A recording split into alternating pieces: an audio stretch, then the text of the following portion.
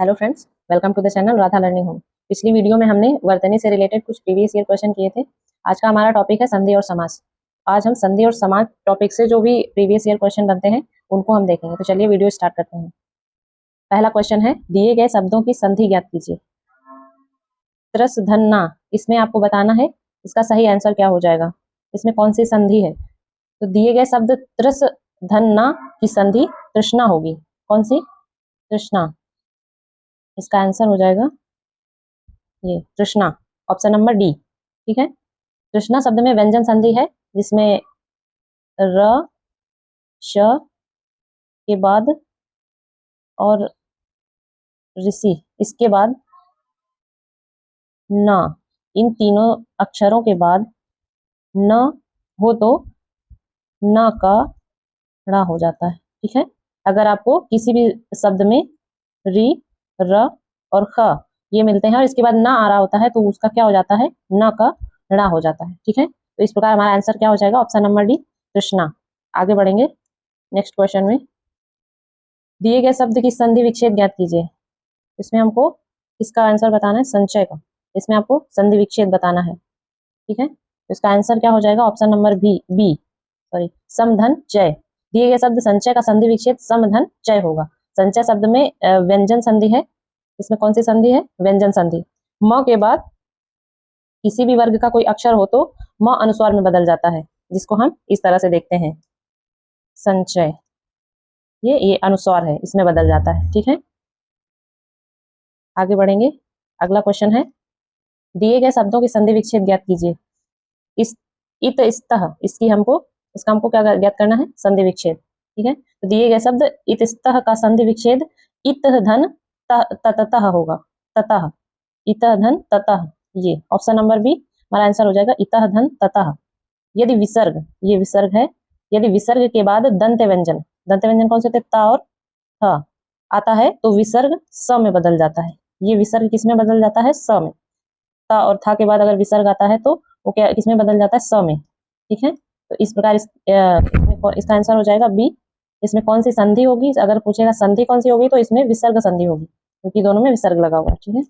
आगे बढ़ेंगे। Question number 5 है, दिए गए शब्द की संधि विच्छेद ज्ञात कीजिए। तो वो किसका संधि विच्छेद ज्ञात करना है, निष्कपट का। तो दिए गए शब्द निष्कपट का संधि विच्छेद निधन कपट होगा। तो इसका ऑप्शन नंबर डी, इसका आंसर क्या हो जाएगा, निधन कपट। शब्द में, इस शब्द में कौन सी संधि होगी, इधर विसर्ग लगा हुआ है तो इससे हमको समझ में आ रहा है इसमें कौन सी संधि होगी, विसर्ग संधि। ठीक है। आगे बढ़ेंगे। क्वेश्चन नंबर 6 है, दिए गए शब्दों की संधि विच्छेद संधि ज्ञात कीजिए। इसमें आपको क्या बताना है, संधि बताना है।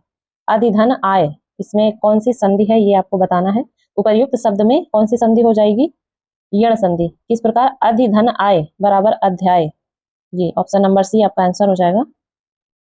अधिधन आय बराबर क्या हो जाएगा, अध्याय।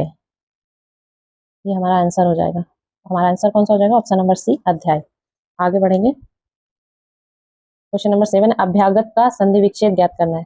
इसका आपको संधि विच्छेद बताना कौन सा होगा। तो इसका संधि विच्छेद हो जाएगा अभिधन आगत, ऑप्शन नंबर ए। इसका आंसर क्या हो जाएगा, ऑप्शन नंबर ए अभिधन आगत। ठीक है।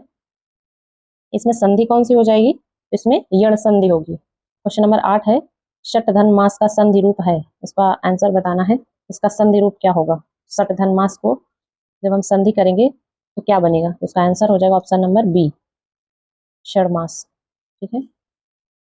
आगे बढ़ेंगे। क्वेश्चन नंबर 26 है, वर्षा ऋतु का संधि विच्छेद क्या होगा। वर्षा ऋतु का संधि विच्छेद क्या हो जाएगा, उसका आंसर होगा ऑप्शन नंबर डी वर्षा धन ऋतु। इसका जब संधि संधि बनाएंगे तो क्या बनेगा, वर्षा ऋतु। ठीक है। आगे बढ़ेंगे। अगला क्वेश्चन है, सही संधि चुने।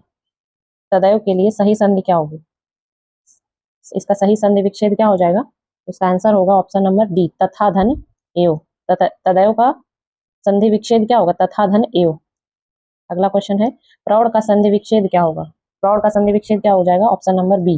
इसका आंसर होगा ऑप्शन नंबर बी प्रधन पूर्ण प्रौढ़।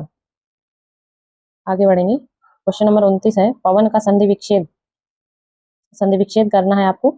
इसका आंसर क्या हो जाएगा, ऑप्शन नंबर डी ओधन अन। ठीक है। आगे बढ़ेंगे, अगला क्वेश्चन है दिए गए शब्द का समास ज्ञात कीजिए। इसमें आपको समास बताना है। प्राप्तांक, इसमें कौन सा समास होगा? इसका आंसर हो जाएगा ऑप्शन नंबर ए, तत्पुरुष समास। दिए गए शब्द प्राप्तांक में तत्पुरुष समास है। तत्पुरुष समास में दूसरे पद की प्रधानता होती है। तत्पुरुष समास, तत्पुरुष समास में क्या होता है? दूसरे पद की प्रधानता होती है। ठीक है, आगे बढ़ेंगे, अगला क्वेश्चन है निम्नलिखित प्रश्न में 4 विकल्पों में से उस विकल्प का चयन करें जो दिए गए शब्द के लिए सही द्विगु समास के विग्रह का विकल्प हो। शब्द कौन सा है? त्र्यंबकेश्वर। इसमें इसका सही जवाब क्या हो जाएगा? ऑप्शन नंबर डी, 3 लोकों का ईश्वर। ठीक है, त्र्यंबकेश्वर। क्वेश्चन नंबर 32 है दिए गए शब्द का समास ज्ञात करना है। कथा साहित्य, इसका समास ज्ञात करना है। इसमें कौन सा समास होगा? तो इसका आंसर हो जाएगा ऑप्शन नंबर सी, तत्पुरुष समास। तत्पुरुष समास में दूसरे पद का दूसरा पद पहले पद की विशेषता बताता है। आगे बढ़ेंगे, अगला क्वेश्चन है दिए गए शब्द का समास ज्ञात कीजिए। शब्द क्या है? घुड़दौड़। इसमें क्या बताना है? समास। इसका आंसर हो जाएगा ऑप्शन नंबर ए, तत्पुरुष समास। तत्पुरुष समास में कौन सा पद प्रधान होता है? दूसरा, जो पहले पद की विशेषता बताता है। तो दौड़ किसकी हो रही है? घोड़ों की। इसमें प्रधान पद कौन सा है? दूसरा पद, इसलिए इसमें कौन सा समास हो जाएगा? तत्पुरुष समास। अगला क्वेश्चन है लंबा है उदर जिसका लंबोदर श्री गणेश, यह कौन सा समास है? इसमें आपको लंबा है उदर जिसका, इसमें समास बताना है। इसमें कौन सा समास? इसका आंसर हो जाएगा ऑप्शन नंबर ए, लंबा है उदर जिसका, अर्थात श्री गणेश। इसमें कौन सा समास हो जाएगा? बहुब्रीहि समास। इस समास में आए हुए पदों में से कोई भी पद प्रधान नहीं होता, दोनों पद मिलकर एक नया अर्थ प्रकट करते हैं। तो जैसे हमने देखा कि एक वाक्य दिया गया जिसमें लिखा लंबा है उदर जिसका, किसी तीसरे की ओर इशारा कर रहा है।